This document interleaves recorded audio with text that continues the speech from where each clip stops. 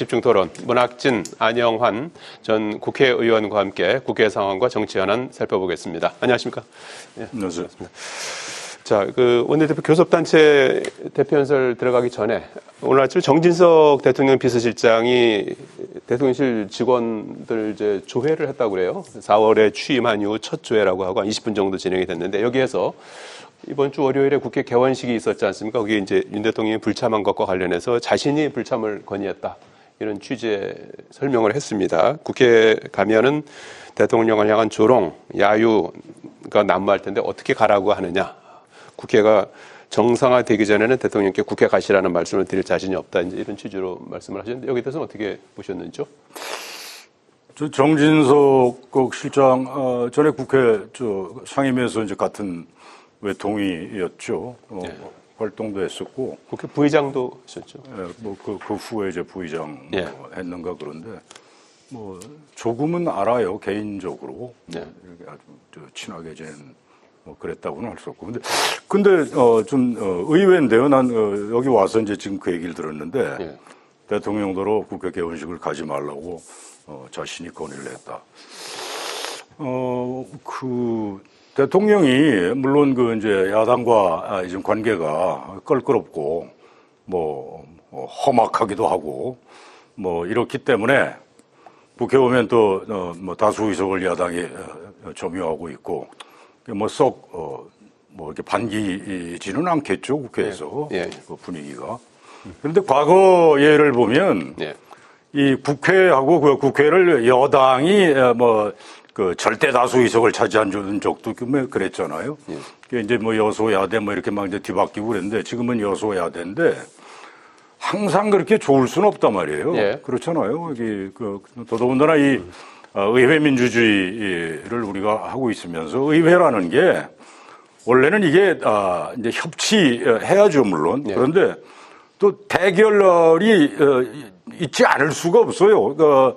지금 우리 양당 체제인데 양당의 기본 노선 자체가 좀 다른 점들이 있고 그다음에 또 아주 화급한 현안들이 이렇게 부닥치고 있기 때문에 근데 난 이럴수록 대통령이 사실은 뭐 강자 아닙니까? 알겠습니다. 이럴 때 나가서 정면으로 했었으면 근데 이상한 건의를 정 실장이 했네요. 예? 건의가 뭐 적절치 않았다 이렇게 평가했는데 좀 짧게 말씀해 주시죠. 네, 먼저 현재 대한민국 국회는 밀림 국회입니다. 예. 야수들이 판치는 곳이고요.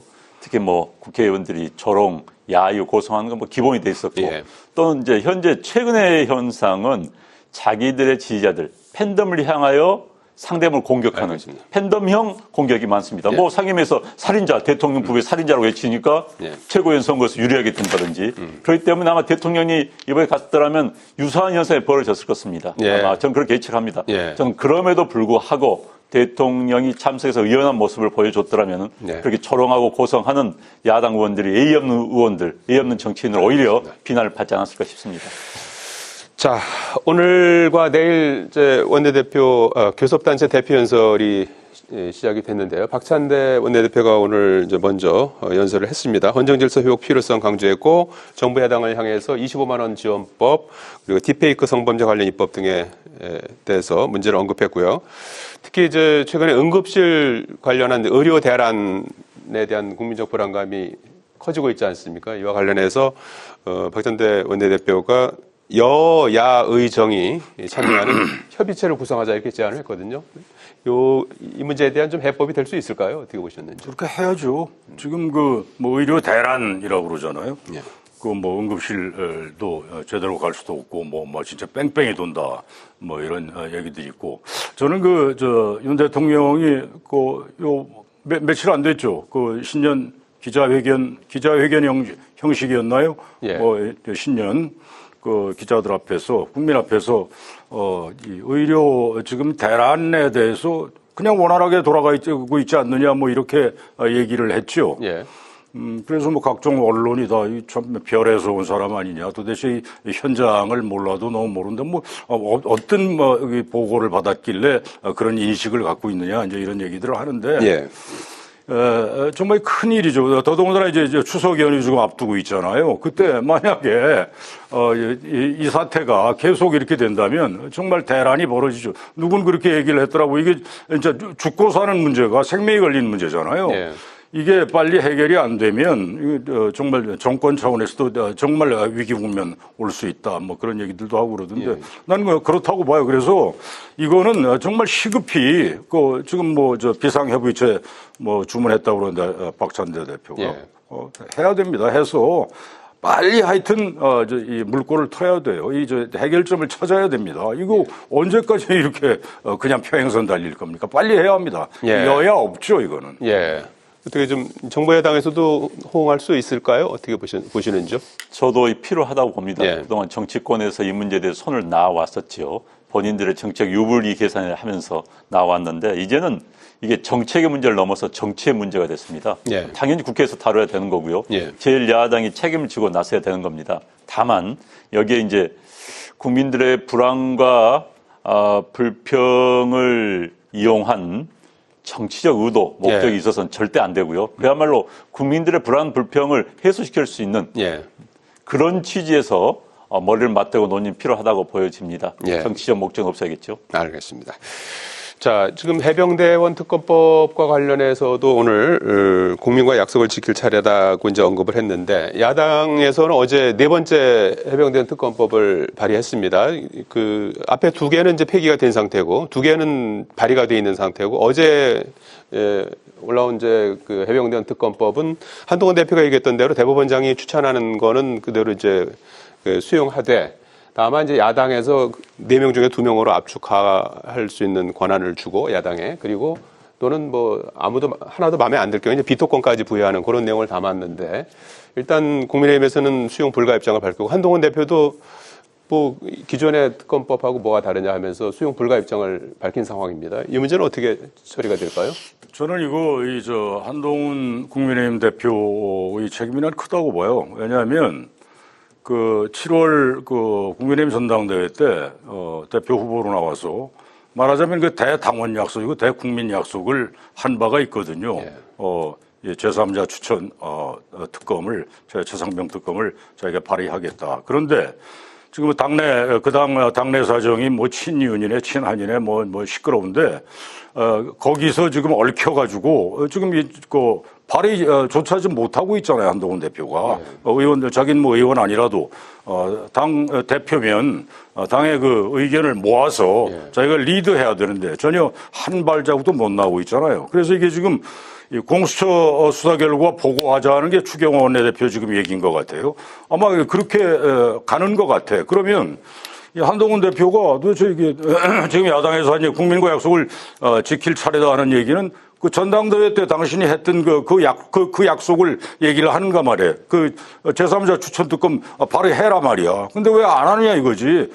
난 한 대표가 앞으로 정말 정치를 크게 하려면 이런 점에서 좀 결기를 보여야 한다. 그러지 않으면 이게 진짜 아무것도 아니에요. 뭐 하나도 제대로 치고 나가지도 못하고 대통령의 차별화 뭐 그 문제가 아니라 자기 정치를 해야죠. 자기 정치를. 자기가 약속을 한 거는 지키는 신용이라도 보여야 되는데 지금 아무것도 못하고 있잖아요. 이 최상병 특검 가지고 얘기를 하자면 이래서는 안 되죠. 이래서는 안 됩니다. 한동훈 대표 측에서는 일단 뭐 입장은 변함이 없다. 뭐 입장이 발의한다는 입장에 변함이 무슨 없다. 액션이 있어야죠. 말만 입장이 내부에서 액션이 없잖아요. 내부에서 의견을 계속해서 수렴하고 있다. 언제까지 할 건데요? 시기를 못 박지 말라 이제 이런. 언제까지?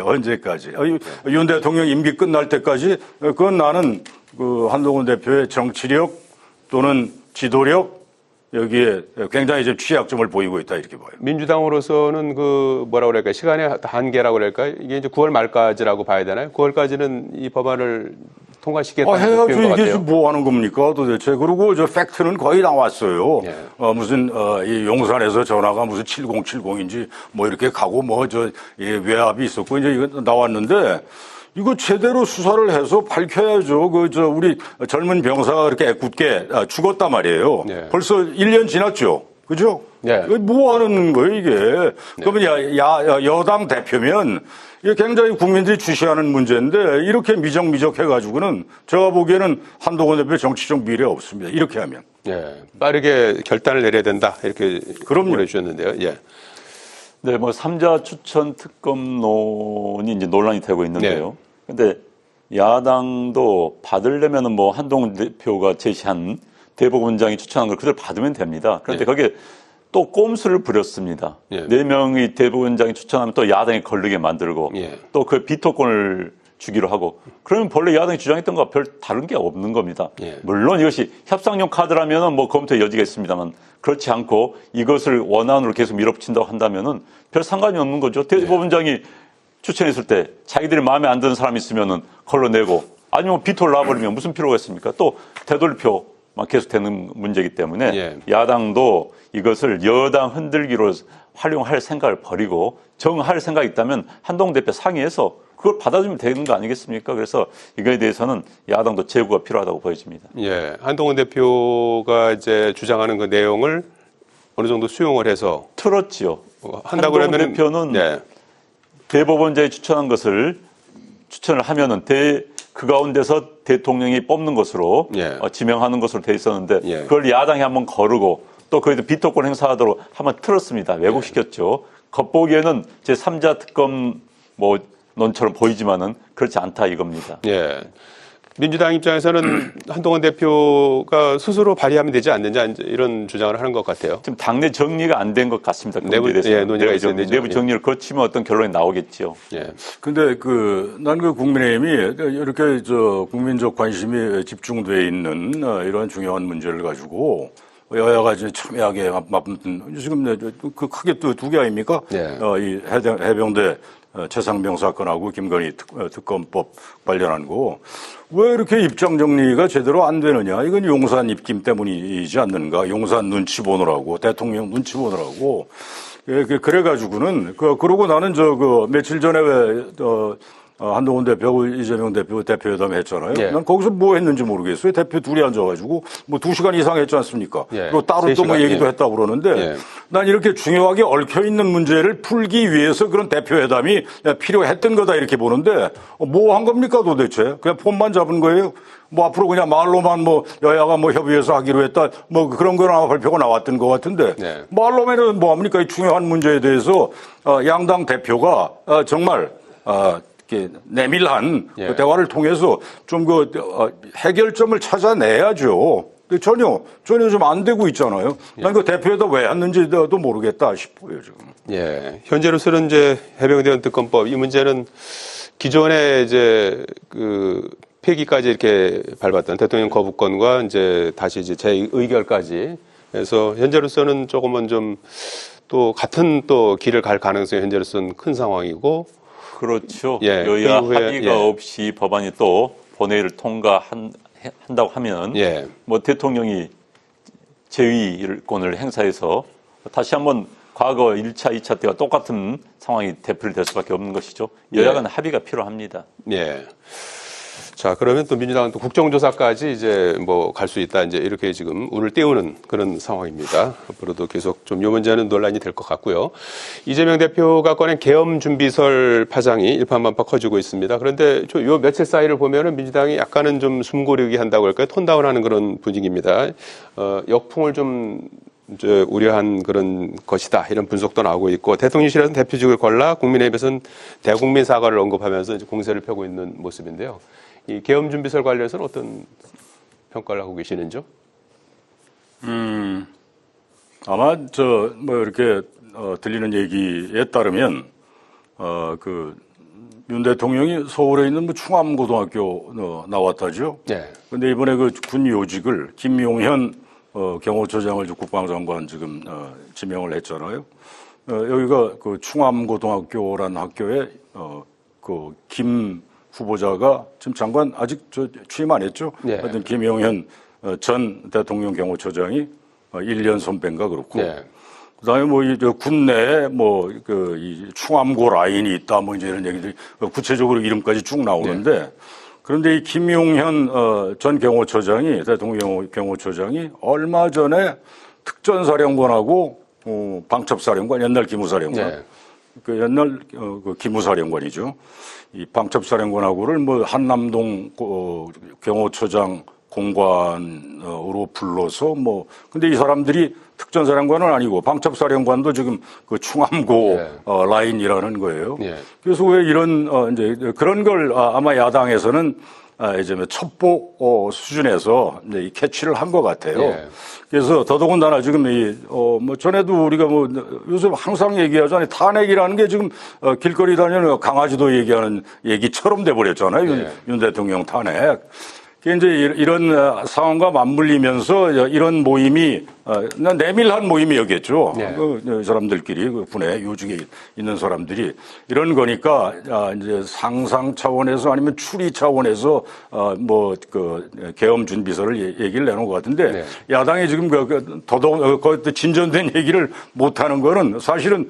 그 이상은 사실은 뭐 잡히는 게 아직은 없는 거죠. 예. 그래서 박근혜 대통령 때도 왜 계엄 준비서를 있었잖아요. 이게 예. 수사까지 했다고. 근데 정작 이 계엄을 진짜 준비했는가? 이거에 대해서는 거의 뭐 수십 명을 조사했는데 무혐의 처분됐잖아요. 예. 그래서 지금은 아마 그 첩보 수준에서 야당에서 문제 제기를 했던 거 아닌가. 그리고 지금은 조금 더 첩보를 모으고 있는 거 아닌가. 그런 생각이 들어요. 예. 이 문제는 그러면 조금 소강 상태에 들어갈까요? 어떻게 전망하십니까? 어쨌든 코미디 같은 코미디라고 코미디, 보여집니다. 충암부 출신들이 전체 대한민국 국군 장성들, 장군들 400명 가운데 4명이랍니다. 예. 1%가 무슨 힘을 발휘할 것이며 두 번째 뭐 특전사령관 그다음에 뭐 방첩사령관에다 수방사령관도 함께 했다고 그래요. 예. 그런데 이게 확인이 안 된 이야기입니다. 그리고 설사 모의탄들 무슨 쿠데타 얘기를 할 것이며 지금 세상에 쿠데타를 계엄을 하면은 사병들 말 듣겠습니까? 네. 중간 간부들 말 듣겠습니까? 저는 말이 안 되는 이야기고요. 이런 것을 우리가 이제 집단 사고에 의한 인지 오류라고 합니다. 네. 인지 오류 중에 하나는 독심술입니다. 자기 스스로가 많은 사람 마음을 이끌 수 있다고 생각하는 거예요. 이제 정서적 장애에서 비롯되는 건데 또 애연자적으로 판단하는 거. 그다음에 가장 크게 정서적 판단 오릅니다. 네. 과거에 자기들이 뭐 당했기 때문에 그 트라우마 때문에 그 후의 상황들 모두 그게 결부시켜가지고 네. 연결을 시키는 건데 이제 아마 80년도 당시에 전두환 정권에 의한 뭐 비상 계엄에 대한 아마 트라우마 있을 것 같아요. 네. 그러나 그 트라우마가 박근혜 대통령 때 발현이 돼가지고 조사를 했습니다. 문재인 대통령이 해외 출장 중에 조사하라고 했습니다. 검사 수십 명이 동원돼서 200여 명을 조사했습니다. 다 무혐의로 끝났습니다.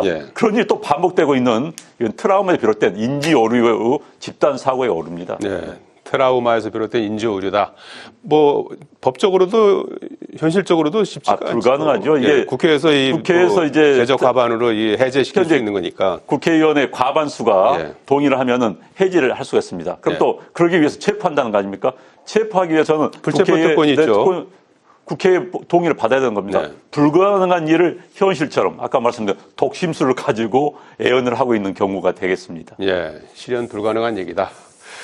그러니까 실현 불가능한 한 거 괜히 근데 몇 사람이 또 이런 거 아이디어 차원에서 내밀한 그런 자리에서 했을 수는 아마 있을지도 몰라요. 거기에 대한 야당이 이게 되도 않는 짓 하지 말라는 경고라고 봐야 되겠죠. 알겠습니다. 저는 별로 심각하게 안 봅니다. 이게 아마 이제 곧 있을 이재명 대표의 국회에 법원 판결을 앞두고 전국 흔들기의 한 일환으로 저는 그런 생각도 듭니다. 알겠습니다. 자, 어제 있었던 심은정 검찰총장 후보자 인사청문회에서는 김건희 여사 수사와 관련해서 수사심의위원회 이 부분에 대해서 심 후보자는 좀 말을 아꼈고 내일 모레 수사심의위원회가 열리죠. 그리고 문재인 전 대통령 수사와 관련해서 보고받지 못해서 모른다 이렇게 답변을 했습니다. 어제 검찰총장 후보자 인사청문회 어떻게 보셨습니까? 저 어제 뭐 보지는 못했는데요. 그런데 문재인 전 대통령과 관련한 그 딸 타혜 씨, 그다음에 그 전 남편 뭐 타이 스타젯 채용 문제, 그 전부터 나왔던 얘기죠. 근데 요새 이제 바짝 또 뭐 압수수색하고 수사를 하는데 할 건 물론 해야 되겠죠. 아무리 전 대통령이고 그 가족이라 하더라도. 근데 좀 심하다는 느낌이 드는 건 사실입니다. 이게 자꾸 이렇게 이것저것 그 시시콜콜하까지 다 들춰내는 게 과연 국민 정서상 이게 맞는 것인지, 예. 그다음에 국가의 장래를 위해서 이게 바람직한 일인지 저는 아주 회의적입니다. 이런 이 수사, 이런 조사, 또 뭐 털어내기식 이건 전 아니라고 봐요. 알겠습니다. 안 의원께서 어떻게 보셨습니까? 저도 전직 대통령이 또 수사의 대상에 오르고 예. 또 검찰의 조사를 받게 되는 것은 우리 헌정사의 비극이라고 생각합니다. 예. 이런 일이 다시는 없었으면 하는 바람을 항상 가지고 있었고요. 예. 다만 지금 그 문 대통령과 그 딸에 관한 것은 의혹이 계속 있어 왔습니다. 어떻게 항공과 전혀 관련이 없는 사위가 취직을 해서 또 예. 태국과 이주했고 그 비용을 댔고 알겠습니다. 그 관련된 이상직 의원이 또 어떤 기관장에 임명이 되고 이게 연관성이 있다는 의구심이 많이 제기돼 왔었거든요. 어쨌든 명확히 수사를 해서 무죄는 무죄, 유죄는 유죄가 밝혀졌으면 좋겠습니다. 알겠습니다. 자, 오늘 말씀 여기까지 듣겠습니다. 고맙습니다. 고맙습니다.